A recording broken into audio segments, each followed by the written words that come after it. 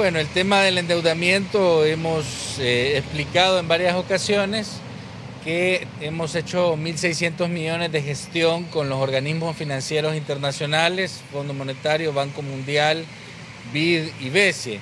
También estamos trabajando en 400 millones más con el Banco Mundial y con el BID para poder ir mejorando el financiamiento con mejores tasas de interés.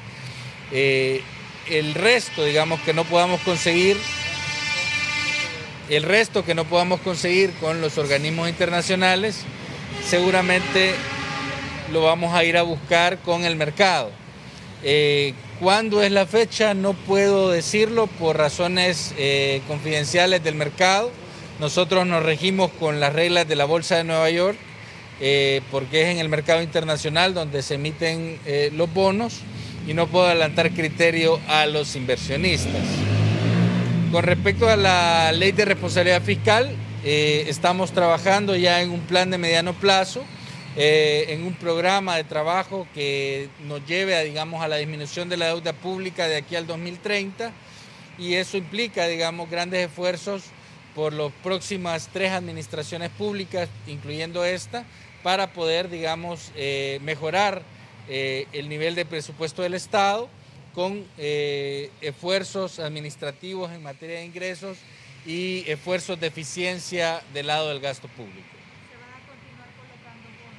¿Todavía es posible? Siempre es posible colocar bonos y lo vamos a hacer con las mejores condiciones crediticias para El Salvador. En cuanto a las remuneraciones, El tema de los veteranos de guerra es un tema de legislación que no había hecho la Asamblea Legislativa, que ellos tenían que regularlo, y recién hace menos de 8 días aprobaron ellos una ley, y esa ley está siendo revisada por el Ejecutivo.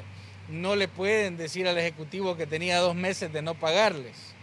Era la Asamblea Legislativa quien no había hecho una reforma, que se tardaron más de 2 meses, se tardaron 4 meses en no aprobar esa ley, y recién lo hicieron hace 8 días. ¿y el endeudamiento arriba del 90%? Como he dicho, la deuda pública está cercana, ahora está en el 70-73%, y a medida que los desembolsos de deuda vayan entrando, al Estado, así va aumentando la deuda pública. Nosotros creemos que a final de año la deuda puede rondar cerca del 90%.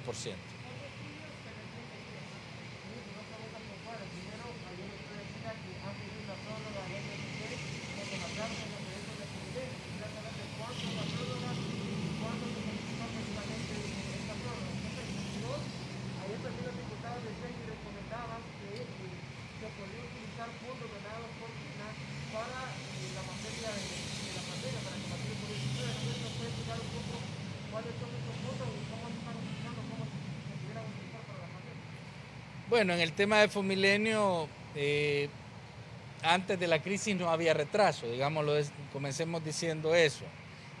Creo que es importante mencionar que sí, efectivamente, el Consejo Directivo de Fomilenio ha hecho una solicitud, a la MCC, donde le hemos pedido una prórroga para poder garantizar que toda la inversión que estaba contemplada en Fomilenio se pueda ejecutar de la mejor forma, ya que hemos tenido 3 meses en los cuales no ha habido un movimiento en materia de inversión pública, y se requiere, que esa prórroga sea aprobada por parte de la MCC.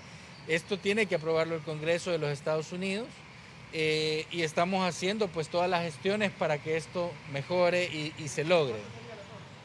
Hemos pedido entre 6 meses y 1 año de prórroga para poder garantizar la ejecución. Y con el tema de los fondos de China, nosotros no hemos puesto nada en la mesa, es el Congreso quien lo ha hablado. No hemos recibido los recomendables que ellos han aprobado, y vamos a esperar qué es lo que nos están planteando.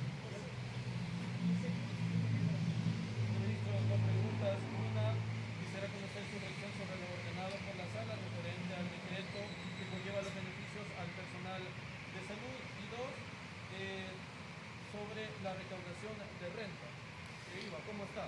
Bueno, nosotros hemos presentado a la Asamblea el día de ayer una propuesta para garantizar el seguro de vida del 100% de los empleados de salud pública y el 100% de los empleados de Fosalud. Hemos hecho una solicitud para un refuerzo presupuestario de $3 millones que salen de recursos del Ministerio de Hacienda, que son trasladados al Ministerio de Salud. Y en ese sentido, pues esperamos que la Asamblea Legislativa logre aprobar, digamos, lo más pronto posible, ese refuerzo presupuestario del Ministerio de Salud para contemplar, digamos, de julio a diciembre, la garantía del seguro de vida para todos los empleados. Sobre la renta, para este mes nosotros llevamos 295 millones de ingresos, vamos 55 millones menos que lo proyectado en el presupuesto. Digamos, mejoró un poco, pero hemos recibido 44 millones de impuestos sobre la renta. Y en materia global de cómo va el año en materia de ingresos, hace más o menos 15 días yo anunciaba que la pérdida de los ingresos era de 562 millones. En esos 15 días, digamos, lo que llevamos es una pérdida de 600 millones. Es decir, la pérdida de ingresos llega a 600 millones y a final de año la pérdida de ingresos se ha estimado en 990.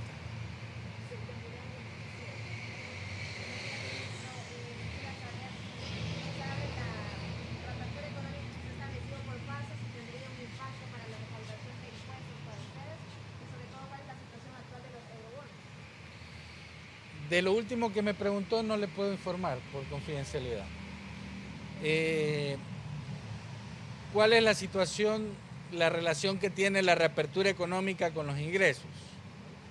En relación en que aquí tienen que ver varios factores. El primer factor es la forma gradual en que la reactivación de la economía o la apertura económica tiene que dirigirse.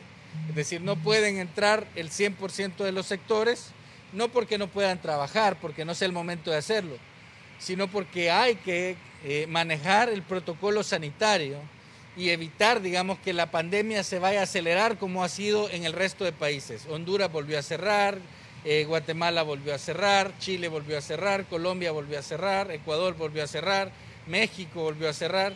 Entonces, no puede darse el salir el 100% de la economía al mismo tiempo porque la pandemia sería catastrófica. Tiene que darse de forma gradual. Y de esa forma gradual, así también van a generarse los ingresos al Estado de forma gradual. Y esa es una parte. Después viene otra parte que hay que poner, que es el financiamiento que está gestionándose a través de la deuda pública con los organismos internacionales. Y la combinación de la reapertura con los ingresos fiscales con el financiamiento de la deuda pública con los organismos internacionales es lo que nos va a dar el equilibrio presupuestario en materia de ingresos, que va a contemplar y va a equilibrar, digamos, ingresos con gastos. Entonces, mientras tengamos, digamos, esos dos factores, el presupuesto y la dinámica económica del Estado, la dinámica económica del país, debe seguir su ritmo. Un ritmo más lento, sí. Y esperamos que 2021 sea distinto, digamos, una vez que la etapa de pandemia haya terminado. Ministro, buenos días. Los transportistas han solicitado un aumento del subsidio. De no hacerlo, amenazan con duplicar la tarifa del pasaje. ¿Cuál es la opinión que usted le merece y qué medidas se pueden tomar? Bueno, yo siempre he sido, pues, tengo mis críticas al respecto del subsidio al transporte. Siempre he creído que el transporte público es bastante ineficiente. Siempre he creído que hay que cambiar el mecanismo del subsidio.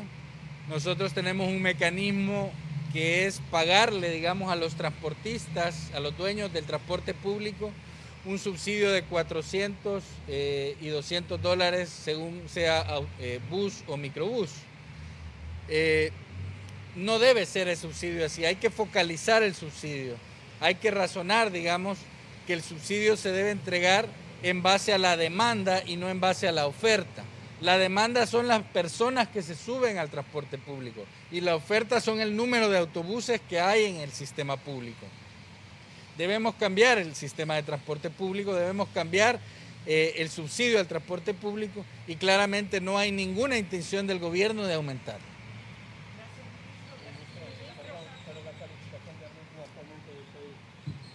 Tenemos 3 calificaciones, están B, B- y CAB, de las 3 calificadoras. Somos un país, digamos, en condiciones económicas ponderadas, cercanas al 2%, y somos un país con elevado nivel de deuda pública.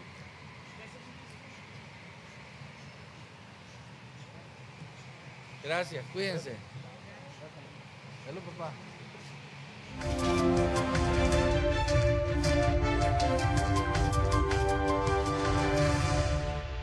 En nuestro sitio web teleprensa.sb puedes suscribirte